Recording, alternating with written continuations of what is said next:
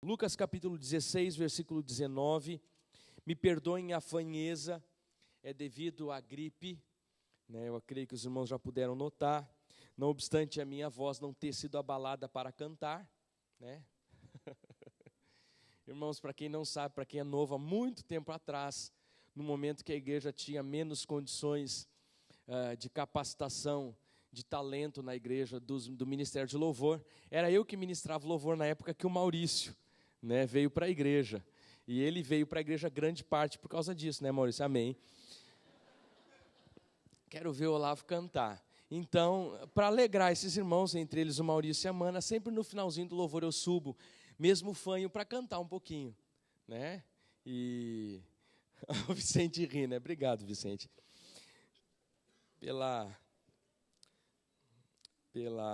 É isso aí mesmo.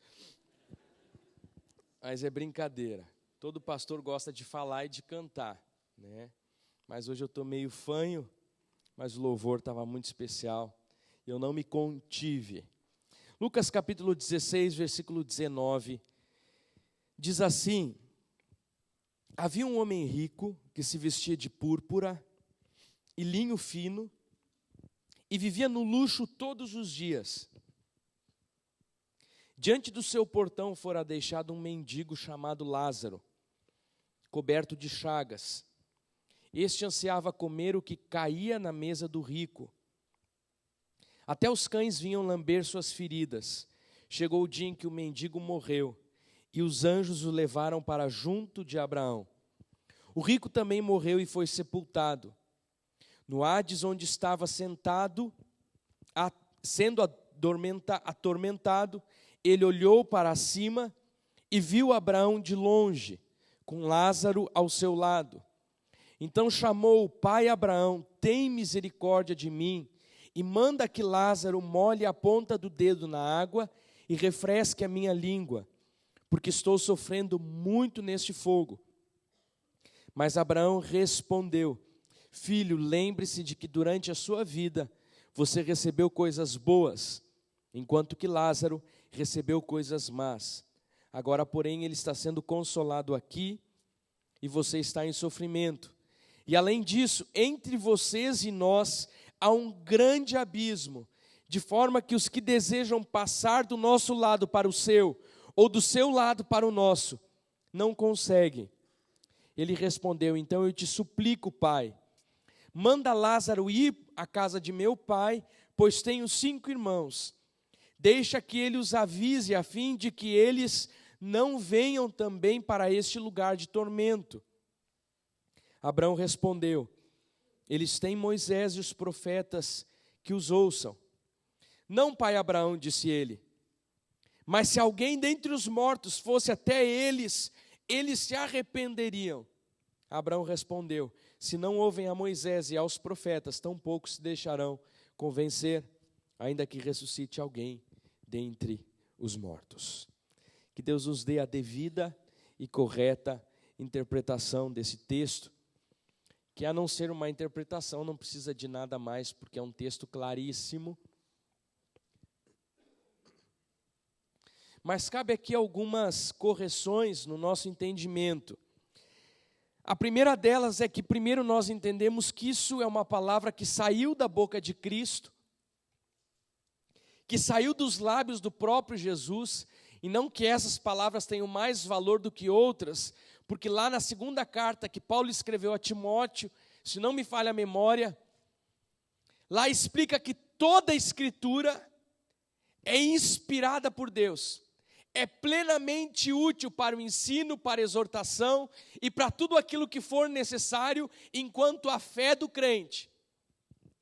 Mas pelo menos para a gente dar uma ênfase maior, saber que são palavras que saíram da boca do próprio Jesus.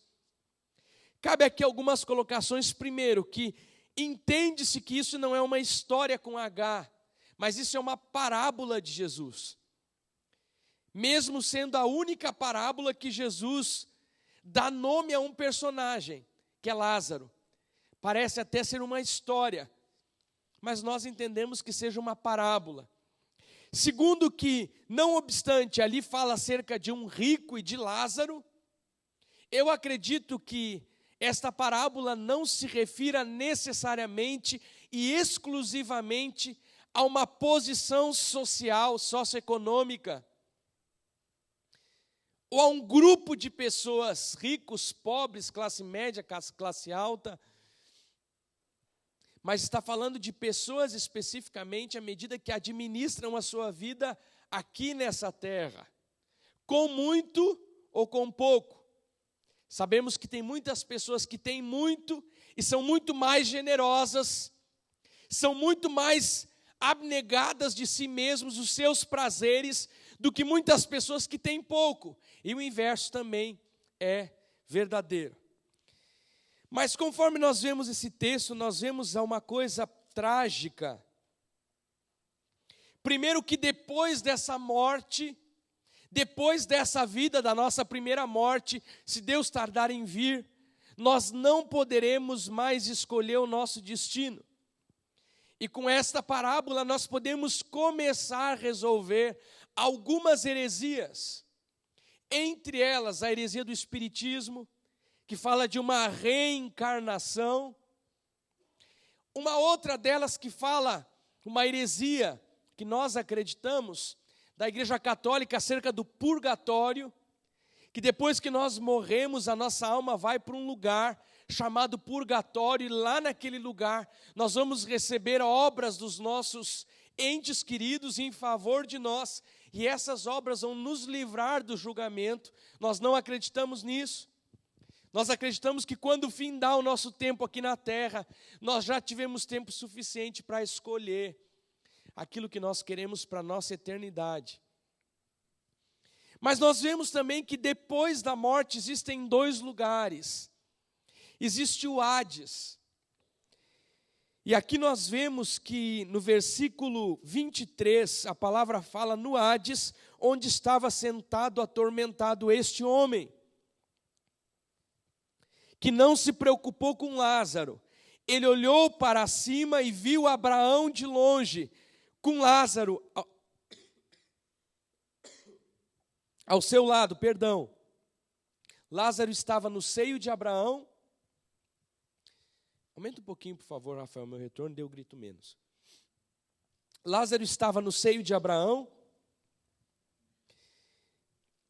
e este rico estava no Hades, que ainda não é o inferno, porque o inferno ainda não foi inaugurado, ele será inaugurado depois do julgamento final, depois do julgamento do grande trono branco.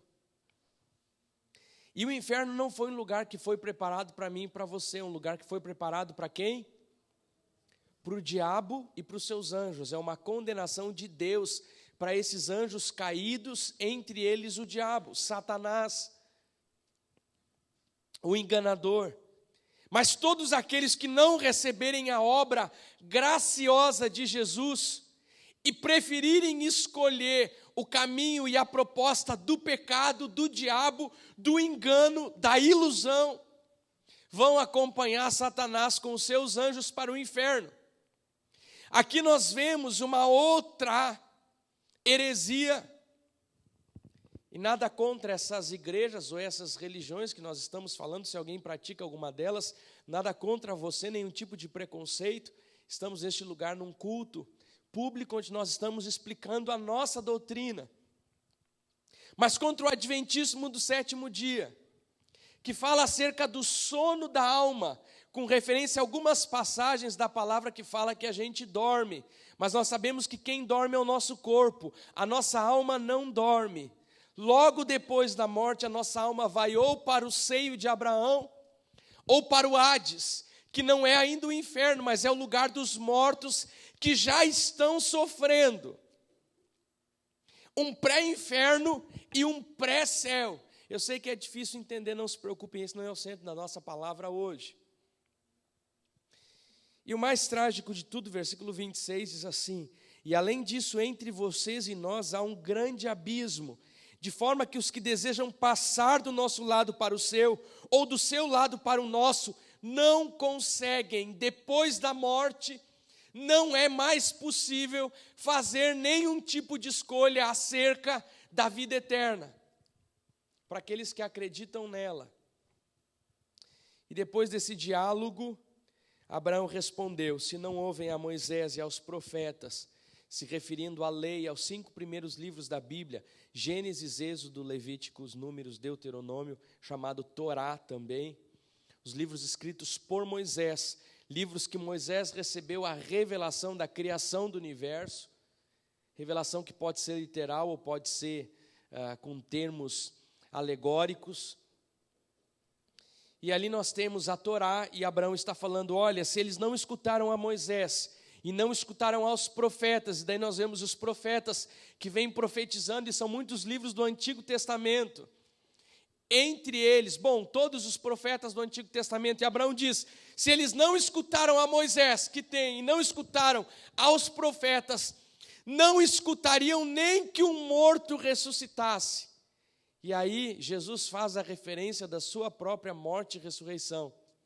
Ele diz: olha, o povo, mesmo que um morto ressuscite, mesmo que alguém seja capaz de vencer a morte, saia do túmulo e ao terceiro dia ressuscite, ainda as pessoas não vão acreditar. Como tem ali no texto das Escrituras que fala que depois que Jesus ressuscitou, os soldados inventaram uma história e disseram: olha, vamos propagar a ideia de que eles roubaram o corpo de Jesus para inventar uma ressurreição. E aqui nós vemos, eu acredito que no versículo 25, nós temos a chave que vai nos levar à mensagem dessa noite. E diz: filho, lembre-se que durante a sua vida você recebeu coisas boas, enquanto que Lázaro recebeu coisas más. Agora, porém, ele está sendo consolado aqui, e você está em sofrimento. A palavra diz em Mateus, no início do sermão da montanha: bem-aventurados que choram, pois serão consolados. Bem-aventurados humildes, bem-aventurado todas as bem-aventuranças ali do Novo Testamento, do sermão da montanha. Nós vemos com isso, pelo menos eu vejo na minha pobre avaliação, 4 tipos de evangelhos hoje. O primeiro é o evangelho da liberdade, aquele evangelho de você faz o que você quer porque Jesus é gracioso, Deus é bondoso, Jesus já pagou o preço pelo teu pecado, Gino, então peca à vontade. Jesus já pagou o preço pelo meu pecado, então eu peco à vontade. Jesus já pagou o preço para mim, então nada daquilo que eu faço para o Senhor deve ser com esforço, tudo deve ser light. A partir do momento que está muito frio, que eu não vou tirar meus filhos para ir para a igreja. Por quê? Porque as coisas do Senhor têm que ser light, tudo aquilo que requer muito esforço, que requer de mim uma autonegação, que requer de mim algo que eu dê, já sai fora daquilo que eu penso que é a fé cristã, porque a fé cristã é voluntariosa. E daí nós vemos muitos teólogos hoje falando de uma fé muito fácil e de um céu muito fácil, o qual eu não creio nele. Não obstante crer em toda a liberdade da graça, que o maior dos pecadores pode sim se converter, o ladrão da cruz, naquele mesmo dia, Jesus prometeu para ele: ainda hoje você estará comigo no paraíso. Mas quando há tempo da nossa conversão para uma mudança de vida, para um sacrifício vivo de louvor a Deus, que é a minha vida e o meu culto racional, isso é absolutamente necessário e possível através da salvação pela fé e pela graça dada por Jesus Cristo, que nos capacita a sermos cristãos. O segundo evangelho é o evangelho da retribuição. Quantos já ouviram falar do evangelho da retribuição? Ele cai no evangelho maravilhoso que as igrejas gostam de pregar, o evangelho da retribuição. Ele produz o evangelho da contribuição. Com quanto mais você contribuir, mais Deus vai lhe abençoar. Quanto mais você se sacrificar, mais Deus vai ser contigo. Quanto maior for o seu jejum, mais bênção você vai ter. Se você vier aqui todas as manhãs, das 6h30 às 8h30, e se você tiver com problema de enfermidade, quando acabar esse propósito, se você for disciplinado, você vai ser abençoado por Deus. Nós também não acreditamos nesse evangelho, porque a gente não compra nada de Deus, a gente recebe tudo de Deus de graça. E nós nem ofertamos para agradecer uma bênção de Deus, nós ofertamos porque nós reconhecemos que Deus é o Senhor dos nossos recursos, que Deus é o Senhor da minha vida, que Deus é o Senhor de tudo que eu tenho, que Ele pode me dar vida ou tirar a minha vida, que dele é o domínio de me dar força, de me proteger contra um acidente ou fazer qualquer coisa, porque Ele é Deus. E por causa disso eu cultuo ao Senhor com toda a minha vida. Por causa disso eu oro, porque eu creio que Deus tem todo o poder e Ele merece mais do que 2 horas, mais do que 3 horas, mais do que meia hora. Ele merece uma vida de contemplação, mas nós não acreditamos no evangelho da retribuição. Não acreditamos também no evangelho dos sentimentos e das emoções. Quantos já escutaram falar do evangelho dos sentimentos e das emoções? São muitas emoções, né? Eu tenho que vir na igreja e sempre tem que ter muitas emoções. Irmão, quero lhe dizer uma coisa. Se você tem vindo as primeiras vezes, é mais provável que você tenha mais emoções, porque é tudo novo. Quando você depois estiver na igreja, depois de bastante tempo, 1 ano, 2 anos, 3 anos, você vai ver que o pastor continua o mesmo, o ministro de louvor continua o mesmo, falando espanhol, que o baterista continua o mesmo, aquele irmão que canta aqui em cima, meio olhando para o lado, continua o mesmo. E daí você vai ver que essas coisas começam a tirar um pouco o brilho daquela emoção que a gente sente quando a gente está naquele primeiro amor. E daí muitas pessoas nesse momento abandonam ao Senhor ou trocam de igreja. Sabe por quê? Porque eles querem o evangelho da emoção. Daí abrir uma igreja nova, eu vou lá para ver alguma coisa nova. Irmão, o novo já vai ficar velho. E daí você vai ter que ter muita igreja em Porto Alegre ou na cidade que você vive para conhecer, para se manter sempre com muitas emoções. Tem gente que vem para a igreja e diz assim: hoje eu não tive aquele sentimento. Tem alguém com pecado. No ministério de louvor tem alguém com pecado. No presbitério tem alguém com pecado. Por quê? Porque eu já não estou mais sentindo.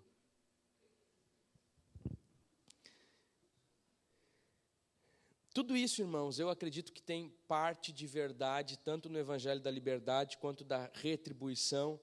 Deus retribui quem é fiel, sim. Deus dá liberdade para o crente, tudo me é lícito, mas nem tudo me convém. Deus produz um sentimento maravilhoso de alegria e de paz quando nós estamos em plena comunhão com Ele. O problema é focarmos a nossa fé nesses sentimentos. E o quarto, que é o mais interessante, e aquele no qual eu me coloco como um aprendiz, como uma pessoa que quero esse evangelho para mim, quero viver o evangelho. Repita-se comigo: o evangelho da disciplina. E foi alguma coisa mais ou menos parecida que está aqui no versículo 25. Abraão respondeu: filho, lembre-se que durante a sua vida você recebeu coisas boas, teve do bom e do melhor. Não se preocupou com ninguém, só se preocupou com você. Só se preocupou com os seus prazeres, não se preocupou com a palavra. Não pagou nenhum preço. Não deu nada de você, nem do seu tempo, nem da sua atenção, nem dos seus dias, nem da sua juventude, nem da sua fase adulta, nem da sua velhice. Não ofereceu nada para o Senhor, nada para ninguém. Viveu muito bem para si.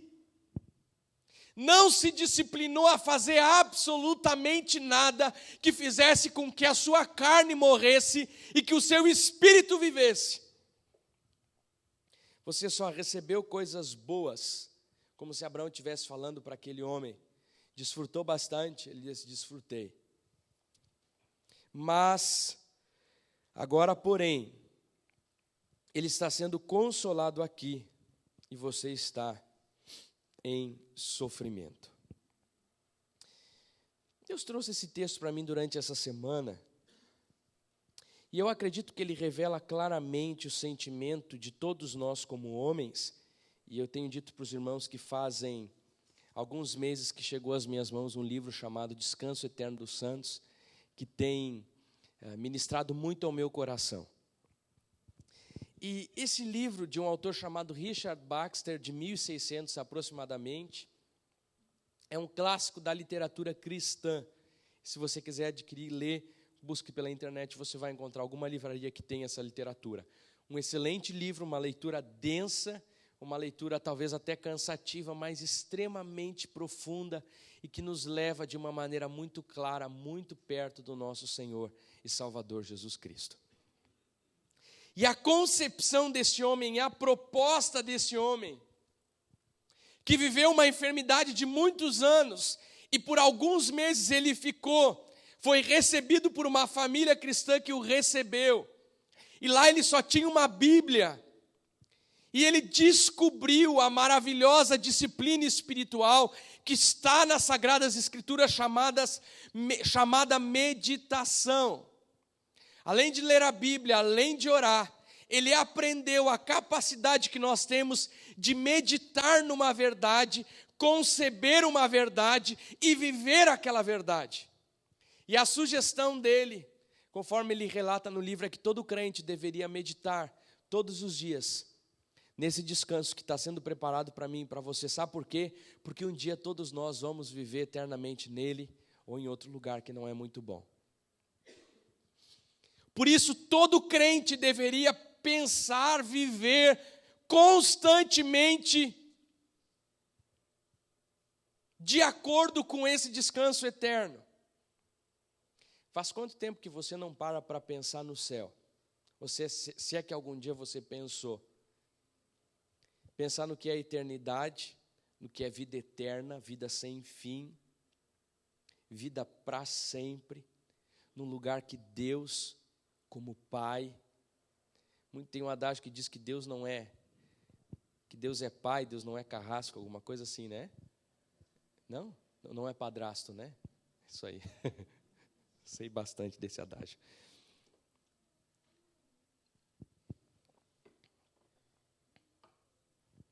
E a sugestão desse homem é que se você, irmão, não estiver caminhando até como crente nessa terra para o céu, você vai para qualquer outro lugar, mas para o céu, talvez você não vá.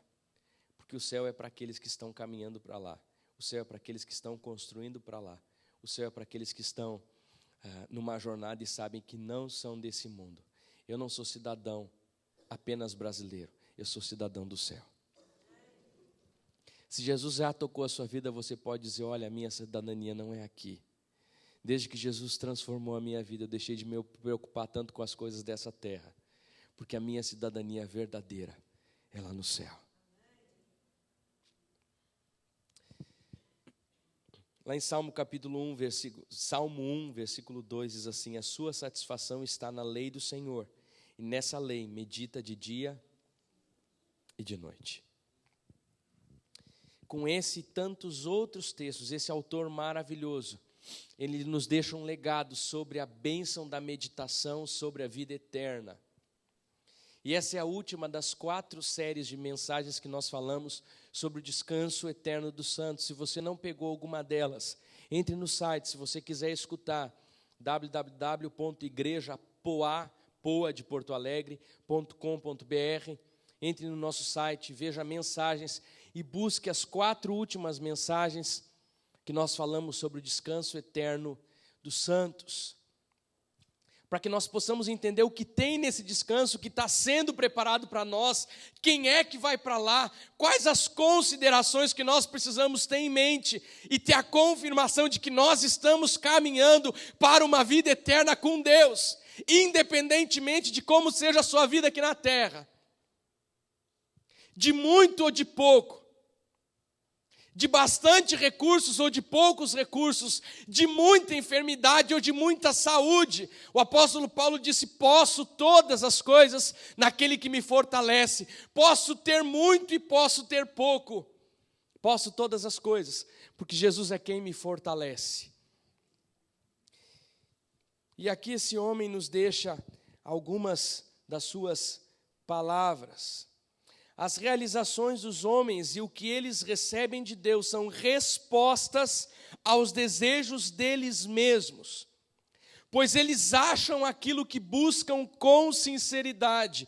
Todo homem vai encontrar aquilo que busca. Se você for uma pessoa obstinada e você buscar ser uma pessoa bem-sucedida, provavelmente, se você tiver sucesso, você vai encontrar aquilo que você busca. Se você for uma pessoa obstinada a amar sua família e quiser edificar uma família bem-sucedida, eu quero lhe dizer que tem alguns princípios que mesmo sem Deus, você ainda vai conseguir fazer uma família bem-sucedida, criar bem os seus filhos. Se você for uma pessoa obstinada, você vai encontrar aquilo que você busca, da mesma forma o céu. Essa responsabilidade de buscar o céu, de meditar sobre o céu, é para ser executada pelos vivos e não pelos mortos. Enquanto nós estávamos fazendo essa série de pregações, me veio uma pergunta, uma afirmação de uma pessoa que disse o seguinte: pastor, eu não me preocupo tanto com a outra vida, eu prefiro mais me preocupar com essa vida e fazer bem aqui nessa vida. E eu quero lhe dizer que, se você se preocupa em agradar a Deus nessa vida, preocupe-se com a próxima. Porque todo aquele que não viver armazenando tesouros lá no céu, não vai desfrutar dos tesouros de Deus jamais. Todo aquele que não vive essa vida pendente da vida que virá, avaliando as suas obras, a sua vida, a sua fé, de acordo com a próxima, provavelmente não desfrute de uma vida eterna com Deus. Isso é uma responsabilidade para os vivos. Conforme o autor, a sugestão dele é que todo crente, toda pessoa meditasse todos os dias, por um tempo sobre o céu. Imagina você, irmão, todo dia pela manhã, à tarde ou à noite, parasse um pouco tudo o que você está fazendo e começasse a imaginar como seria a sua eternidade e a minha eternidade com Deus. Se nós ouvíssemos uma hora de mensagem todas as semanas e meditássemos 7, teríamos outro tipo de benefício dos sermões. Existem muitos crentes e até líderes que trazem o fogo da palavra para o coração do povo, embora jamais tenham se aquecido os seus próprios corações. Apenas estudar e saber sobre o céu e o reino de Deus não significa uma vida consagrada. Muitas vezes as nossas ocupações ficam a muita distância do céu, temos pensamentos comuns e a nossa vida se assemelha à vida de qualquer outra pessoa. Não temos nenhuma diferença. Os seus amigos veem um cristão viver e veem um mundano viver e dizem que é a mesma pessoa. A palavra diz que os primeiros cristãos foram denominados cristãos porque eles se pareciam com Cristo.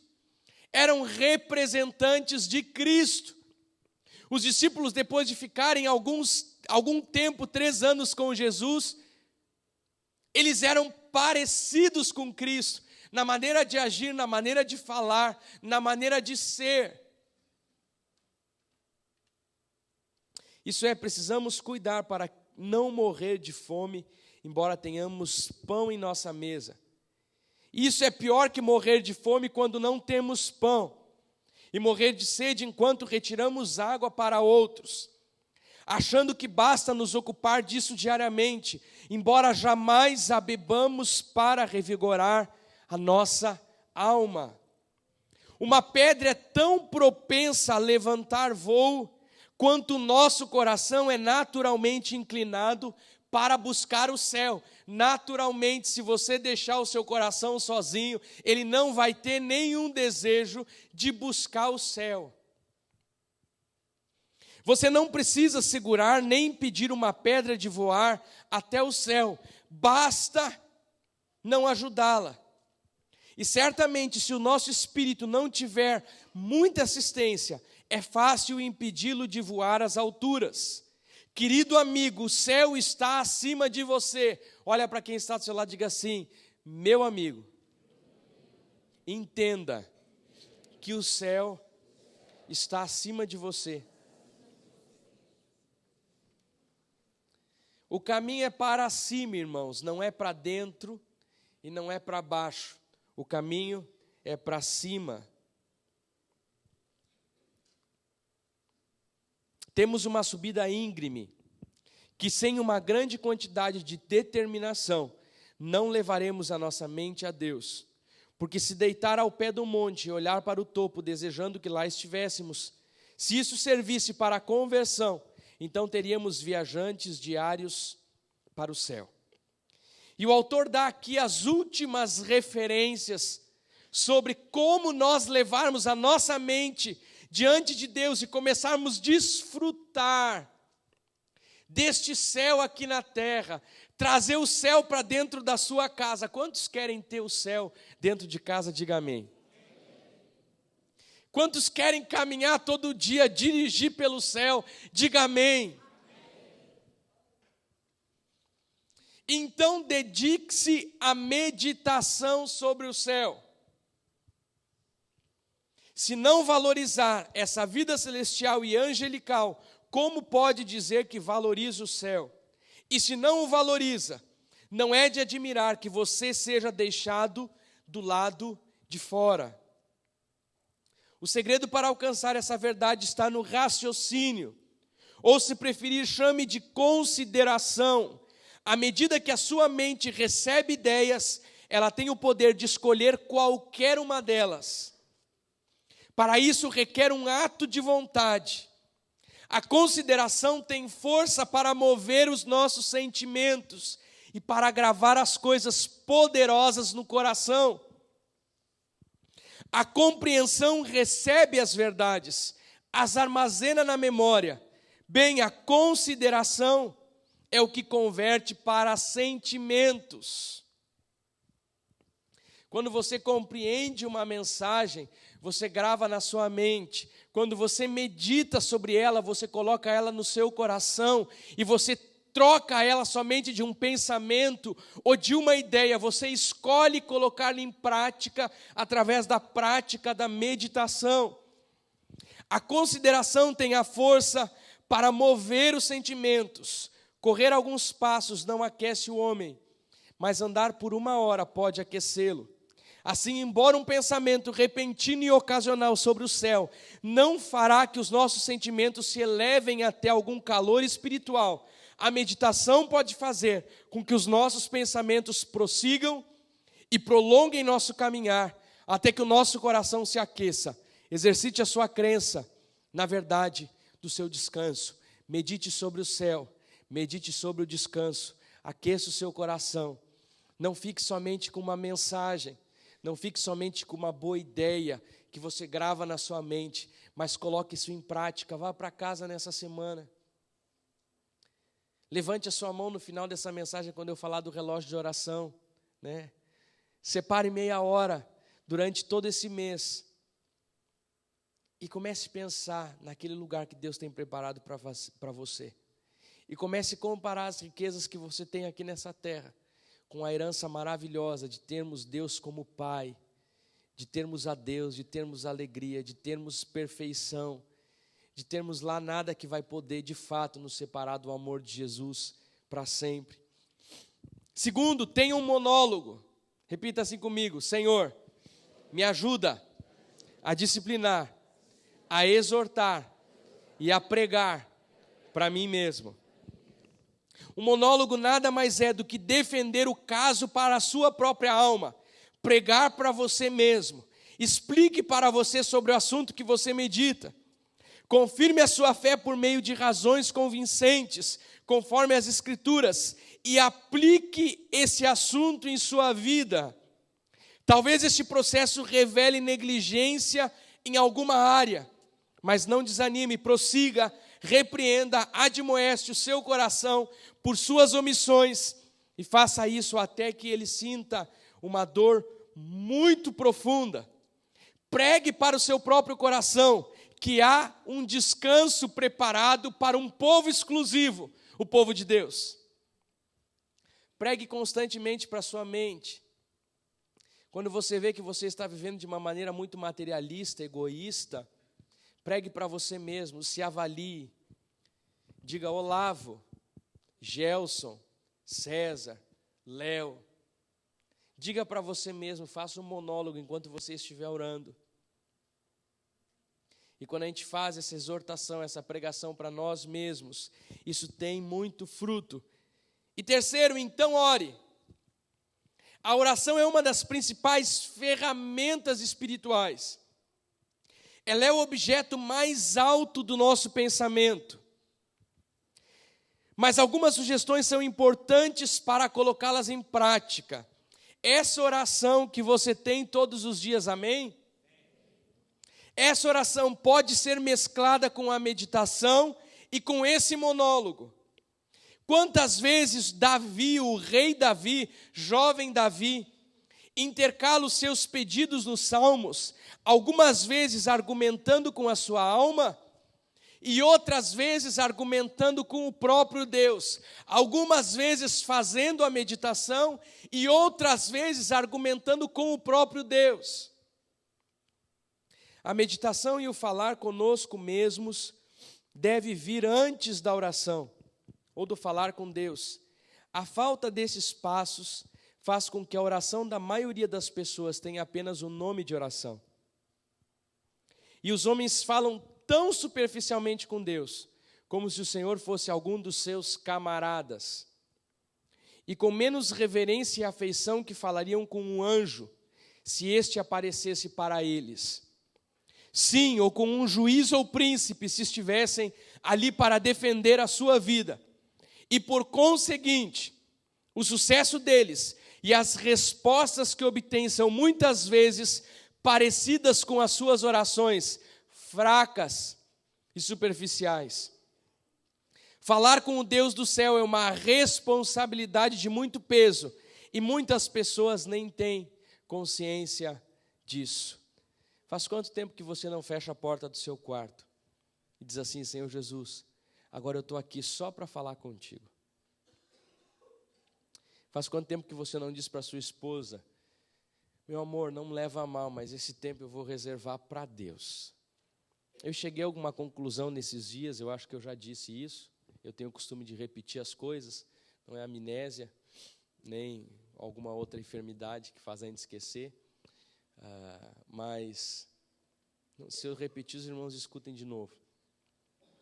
Um dia orando, Deus colocou no meu coração, eu dizendo: Senhor Jesus, eu quero tanto ser parecido contigo, numa dessas orações das manhãs aqui, que, diga-se de passagem, irmãos, que dificuldade de manhã bem cedinho, nesses dias de frio.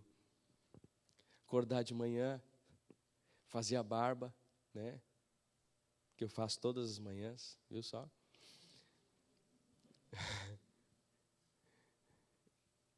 De manhã cedo, sair de casa naquele frio. Quando a gente chega aqui na igreja, naquela friagem, parece um bando de louco caminhando aqui no meio, orando, porque para se aquecer só caminhando, né, fica um chimarrãozinho aqui, se você quiser vir um dia, você é muito bem-vindo. E quando a gente está aqui, como a gente sente uma comunhão tão preciosa com o Espírito Santo de Deus. E numa dessas manhãs eu dizia para o Senhor: Senhor Jesus, eu quero ser mais parecido contigo. Eu quero ser bem parecido com Jesus. E Jesus me fez duas colocações, o Espírito Santo me fez duas colocações. A primeira: Olavo, será que a Antonella, a minha esposa, para quem não sabe, ela gostaria de ter um marido parecido com Jesus? Talvez não. Será que, por ser parecido com Jesus, nós faríamos tantas coisas que a gente faz? A gente trataria, às vezes, com tanta veemência alguma situação ou uma pessoa, dividiria a nossa família por questão financeira, às vezes, por questão de herança. Quantos casos nós tratamos todos os anos no escritório, no gabinete, de famílias divididas por causa de recursos? Se nós fôssemos parecidos com Cristo, certamente nós perderíamos muito mais do que a gente costuma perder. Mas que Deus nos dê a graça de separarmos tempo de qualidade em oração, meditação e leitura da palavra. Outra sugestão: não viva tranquilamente em um pecado conhecido. Quantos aqui pecam? Digam amém. Devia dizer misericórdia, né? Mas faz parte, todo mundo aqui peca. Mas olhem uma coisa muito importante: não viva tranquilamente em um pecado conhecido. Não se acomode nesse pecado, porque, irmão, se você se acomodar no seu pecado, provavelmente você está assinando a sua derrocada espiritual, a sua derrota espiritual. E eu faço algumas perguntas para que nós possamos avaliar, para que você possa avaliar a sua vida hoje. Você é aquele que negligencia responsabilidades conhecidas como oração, leitura da palavra e meditação?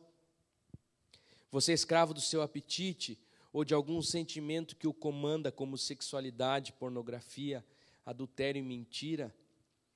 Você é alguém impaciente, impetuoso, como se fosse feito de material inflamável ou de pólvora, pronto a inflamar por qualquer olhar, palavra ou atitude? Você é conhecido por enganar os outros em suas transações? Se esse é o seu caso, ouso dizer que o céu e sua alma não se conhecem e que o seu coração raramente está em Deus. Essa viga que está no seu olho não suporta que você olhe para o céu. Todo pecado deliberado lhe cobre de vergonha quando você tenta olhar para Deus. É como um pássaro que foi pego em uma armadilha e fica enredado, impedido de voar. Assim é o homem amarrado em seus pecados, não consegue progredir, não consegue ir para frente, não consegue edificar um casamento saudável, não consegue ter paz de Deus, porque é como um pássaro que não pode voar, porque está amarrado nos seus pecados. E às vezes nós dizemos, não, é eu que peco, não é o pecado que me domina, é eu que domino esse pecado. Você está equivocado. Eu quero lhe dizer que você é escravo desse pecado, porque Deus sabe que você já tentou se livrar dele por muitas ocasiões e não conseguiu. Mas eu quero lhe dizer uma coisa, que o poder do Deus que eu creio, que nós cremos, Senhor Jesus, pode te libertar da amarra deste pecado maldito, que está levando talvez a sua família para uma separação. Amém? Talvez você é crente já há bastante tempo na igreja. Da mesma maneira, não viva tranquilamente um pecado conhecido. Aquele pecado que a gente guarda no porão da nossa alma. Que a gente diz assim, Senhor Jesus, entra na minha casa. Aquela música bonita que diz, entra na minha casa, entra na minha vida. Que todos nós conhecemos. E a gente diz, Senhor Jesus, entra na sala, na cozinha não dá, porque a cozinha a gente faz tanta coisa que tu não pode estar junto. E conforme a gente vai crescendo espiritualmente, a gente vai dando outros cômodos da nossa casa. Mas tem um lugar que é fechado por um tapete, um porão lá embaixo, que tem pecados cometidos há muitos anos que amarram os crentes e não deixam esses crentes caminhar firme com o Senhor. Não viva tranquilamente em um pecado conhecido. O cristão mais forte corre risco quando não dá oportunidade ao pecado, quando dá oportunidade ao pecado. Por isso, que necessidade temos de orar diariamente? Que necessidade nós temos de orar constantemente? A oração do Pai Nosso que diz lá em Mateus capítulo 6, versículo 13, e não nos deixes cair em tentação, mas livra-nos do mal. Senhor, não me deixe cair em tentação, mas me livra do mal. Deixa eu compartilhar uma anécdota, uma piada, uma história engraçada, porque infelizmente, às vezes a gente prega, se prepara para fazer um sermão bonito, abençoado, e a gente conta uma história engraçada, um caso que aconteceu no final da mensagem, o que os irmãos mais lembram é isso. Então, pelo menos para ficar gravado nessa semana, essa oração constante no seu coração, Senhor Jesus, eu quero morar no céu, portanto, livra-me do mal. Uma criança, quando a mãe foi levá-la a dormir, ela disse, mãe, eu estou com medo. Está com medo de quê, filha? Eu estou com medo do Malamém. Quem que é o Malamém, filha? Eu estou com medo do Malamém. Mas quem que é o Malamém, filha? Olhou de baixo. É um monstro que tu viu no desenho? Quem que é? Explica para a mãezinha. E a mãe vai expulsar esse Malamém aí e tu vai dormir bem. Sempre que o vô ora comigo, ele diz: Senhor, livra-nos do mal. Amém.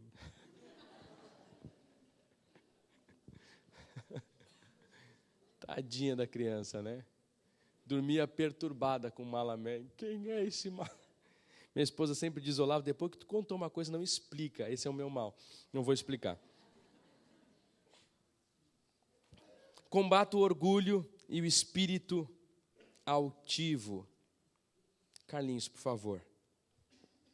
Se isso fez com que os anjos fossem expulsos do céu, também faz com que o seu coração fique afastado dali.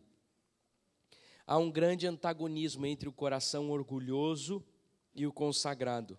O Senhor resiste ao orgulhoso e o orgulhoso resiste ao Senhor. Talvez você diga: pastor, será que eu sou orgulhoso? Irmão, só você sabe disso. Coloquei aqui uma série de perguntas que você vai poder avaliar nessa noite se você é um orgulhoso ou não. Se você aos seus olhos é um homem de valor e muito cuidadoso com a estima que os outros lhe dedicam, você é orgulhoso. Se você está sempre pronto a discutir com alguém que fale alguma palavra que o desonre, se você ama mais ao que honra e valoriza o aplauso e precisa de elogios, se você se inflama bem rapidamente, se sua palavra ou sua pessoa for contrariada, você está sempre pronto a julgar, você é o tipo de pessoa que está mais pronto a defender e manter a inocência do que acusar a si mesmo, fazer um monólogo e confessar a sua falha, ou você é o tipo de pessoa que está mais pronta a ensinar do que a aprender? Quem já esteve perto de gente que está sempre pronta a ensinar, né? Você é aquele que está tão confiante com sua própria opinião, que nem suspeita do seu pouco entendimento. Você é do tipo de pessoa que está sempre pronta a doutrinar os seus mestres. As ações dos governantes e dos seus irmãos em Cristo, se esses sintomas estiverem em seu coração, pode ser que você seja uma pessoa orgulhosa. E eu quero lhe dizer nessa noite que o orgulho é contraditório a uma vida de uma pessoa que é cidadão do céu. Um homem orgulhoso torna-se o seu próprio Deus e o seu próprio ídolo. Então, como poderá confiar em Deus? Seja muito zeloso com a sua alma em relação a este ponto. Não há nada no mundo que mais o afaste de Deus que isso. Esse é o pecado mais comum, o orgulho. Se vivermos continuamente na presença de Deus, aprenderemos a ser mansos e humildes. Então poderemos saborear esse descanso na nossa alma. Deus habita com o humilde e com o contrito e vivifica o espírito dele. Eu tinha mais 3 pontos para ministrar nessa noite, mas eu vou deixar ou para o próximo domingo ou só para o papel. Mas nós temos outras sugestões, eu vou citar só os títulos. Chame os seus sentimentos para ajudarem você nesse trabalho. Guarde o seu coração, que ele é o maior obstáculo. E aqui tem 4 sugestões maravilhosas de como nós vencermos a tentação do nosso coração. De não meditarmos no céu, de não se preocuparmos com as coisas da eternidade, de ficarmos só aqui na terra, de criarmos o nosso mundinho, colocarmos a nossa cerca, levantarmos bem a nossa cerca, estarmos seguros que nós estamos protegidos, até algum dia que Jesus diz: louco, te pedirão a tua alma, e o que você tem para oferecer? Onde é que você tem construído os seus tesouros? Onde é que você tem empenhado toda a sua força? Qual o tempo que você tem dado para Deus, da sua mente, do seu coração, dos seus recursos, da sua vida? O que você tem feito para o próximo, em comparação com o que você tem feito com você e pela sua família? Que Deus nos dê a graça, que Deus nos dê a honra tremenda de vivermos dessa forma e as pessoas nos olharem e dizer: o que aconteceu contigo, Alex? Ele disse: porque há alguns meses e anos eu conheci o Senhor Jesus Cristo, Ele transformou a minha vida e Ele me deu uma nova cidadania. Agora eu só vou viver aqui por mais alguns anos, porque de fato eu vou morar no céu com meu Senhor. Daí quando a gente entende isso, a gente começa a construir para o céu. Não como há muito tempo atrás uma igreja caiu num erro de cobrar algumas coisas para nós termos algum lugar no céu. Mas nós construímos através do nosso coração, através da nossa mente, através do desejo profundo de alcançar essa eternidade com Deus. E eu encerro com esses parágrafos antes de nós orarmos. Para que você pudesse pensar e saborear um pouco dessa eternidade. Esse autor maravilhoso nos deixa algumas pérolas preciosas sobre alguém que já pôde desfrutar um pouco desse descanso, mesmo em vida. E ele diz assim: se a face de Moisés resplandecia gloriosamente, quanta glória há na face de Deus. Se os pés dos mensageiros dessas notícias de paz são belos, imagine a beleza da face do príncipe da paz. Se a palavra na boca de um servo e companheiro é tão agradável, imagine a palavra viva do próprio Deus. Se esse tesouro é tão precioso em vasos de barro, imagine esse tesouro armazenado no céu. Que consolo recebemos na ceia do Senhor, ter uma aliança selada para mim por meio das ordenanças exteriores. E seu especial amor selado por seu Espírito em meu coração. Compare a alegria que você terá no céu com aquela que os santos de Deus encontraram no caminho para lá e no antegozo da glória. Quantas vezes temos ouvido notícias de santos que morreram e que antes de morrer estavam tão cheios de alegria que quase nem cabiam em seu coração. Quantos já leram o relato do primeiro mártir da igreja, Estevão, lá em Atos dos Apóstolos? Quantos já leram esse relato? E diz aquele texto que ele começou a ser apedrejado. E não diz em nenhum texto que Estevão gritava, ou fugia, ou corria. Irmãos, eu imagino eu numa situação dessa. Se eu sou apedrejado, a primeira coisa que eu faço é correr. Pelo menos fugir eu vou tentar. Esses homens de Deus que relatam que foram martirizados por amor ao Senhor, eles permaneciam naquele mesmo lugar. Talvez uma pedrada tocava na cabeça, eles tombavam no chão, e aí começavam a chegar muitas pedradas sobre esses homens. E o primeiro mártir da igreja, por pregar o evangelho, morreu apedrejado, chamado Estevão. E a palavra só relata uma coisa, que Estevão olhava para o céu e já conseguia contemplar a glória do Senhor. Aqui tem um relato de alguns mártires da igreja. Ó, a alegria que os mártires de Cristo sentiram em meio a chamas ardentes. Portanto, apenas algo excelente faria a alma deles regozijar-se, enquanto o corpo era engolido pelas chamas. Quando Thomas Bilney puder queimar seu dedo em uma vela e Thomas Cranmer puder queimar sua indigna mão direita, James Bryan puder chamar os papistas para ver um milagre e dizer-lhes que ele não sente mais dor, enquanto dor do que se estivesse em uma cama confortável, e que o fogo para ele era como um canteiro de rosas. Certamente, apenas um maravilhoso antegozo da glória pode fazer tudo isso. Pode fazer parecer fácil as chamas do fogo. Sanders pôde alcançar de forma tão prazerosa a fogueira e clamar: bem-vinda à cruz. E não devo abraçar ainda com mais alegria a minha bênção e clamar: bem-vinda à coroa.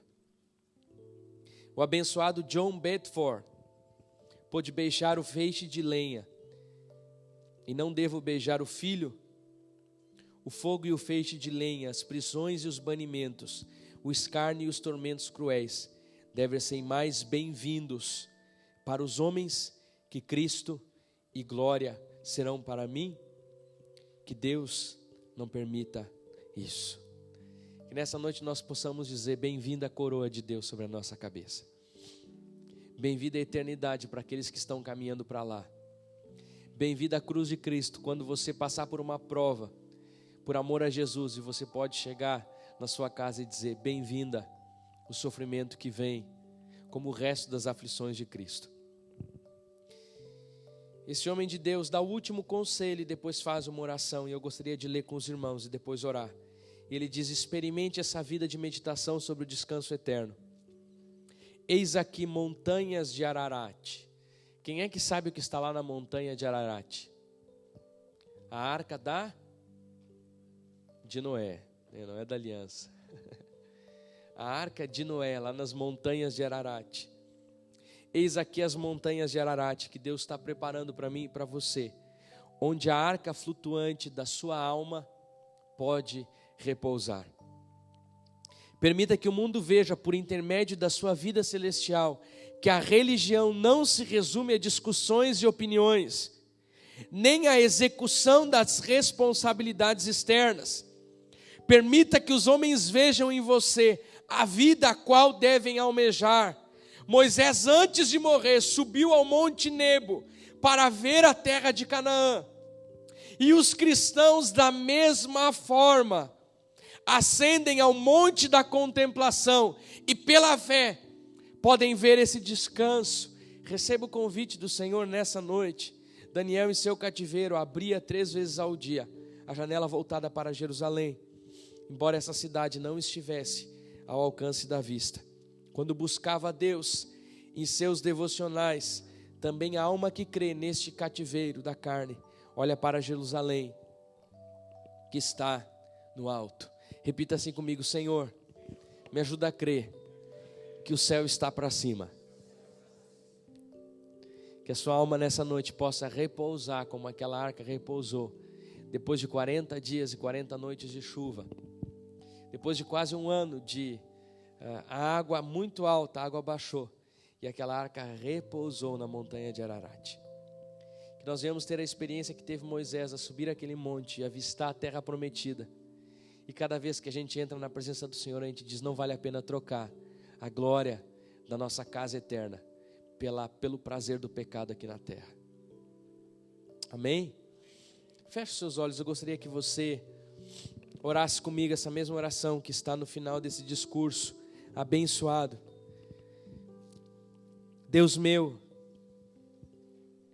enquanto nos demoramos nessa terra, guarda-nos com suspiros diários e sérios por Ti. Senhor, com um caminhar afetuoso e cheio de fé contigo, para que quando Tu vieres, ó Pai, Tu nos encontres fazendo isso e não escondendo o nosso talento, nem servindo a nossa própria carne, nem dormindo com a minha candeia desguarnecida, mas à espera, Senhor, e cheio de antecipação do retorno do nosso Senhor. Ajuda-nos, ó Pai, nessa noite, em nome de Jesus, a guardarmos o nosso coração, guardarmos a nossa mente dos ataques constantes do diabo que quer nos destruir, Senhor. Ajuda-nos para que não venhamos desanimar na fé, mas que venhamos continuar caminhando com Cristo, com a certeza de que tem um lugar maravilhoso que está sendo preparado para nós, que é a vida eterna com Deus. Sabemos, ó Pai, que só Tu podes produzir isso na nossa vida. Só Tu pode produzir, ó Pai, essa fé no nosso espírito, na nossa alma, na nossa mente, na nossa concepção. Nos ajuda, Senhor Jesus, nessa noite a não somente escutarmos essa palavra, mas fazermos todas as considerações devidas sobre ela, para que isso possa produzir, ó Pai, um sentimento profundo de, Senhor Jesus, de vivermos contigo, de buscarmos, ó Pai, a Tua presença de uma maneira dedicada nessa terra, de subjugarmos, ó Pai, a nossa vontade, de submetermos o nosso desejo, de submetermos a nossa paixão, de, Senhor Jesus, colocarmos, ó Pai, o nosso corpo em escravidão da Tua vontade. É muito bom ser escravo de Cristo, Senhor. É maravilhoso ser servo do Deus Altíssimo. Ó Pai, ajuda-nos a pagar o devido preço que temos que pagar nessa terra, para, Senhor Jesus, carregar a nossa cruz, fazer isso com dedicação, para que nós possamos receber o prêmio da coroa eterna da glória de Deus. Ó Pai, em nome do Teu Filho Jesus é o que nós te pedimos nessa noite, para a Tua honra e para a Tua glória. Amém e amém.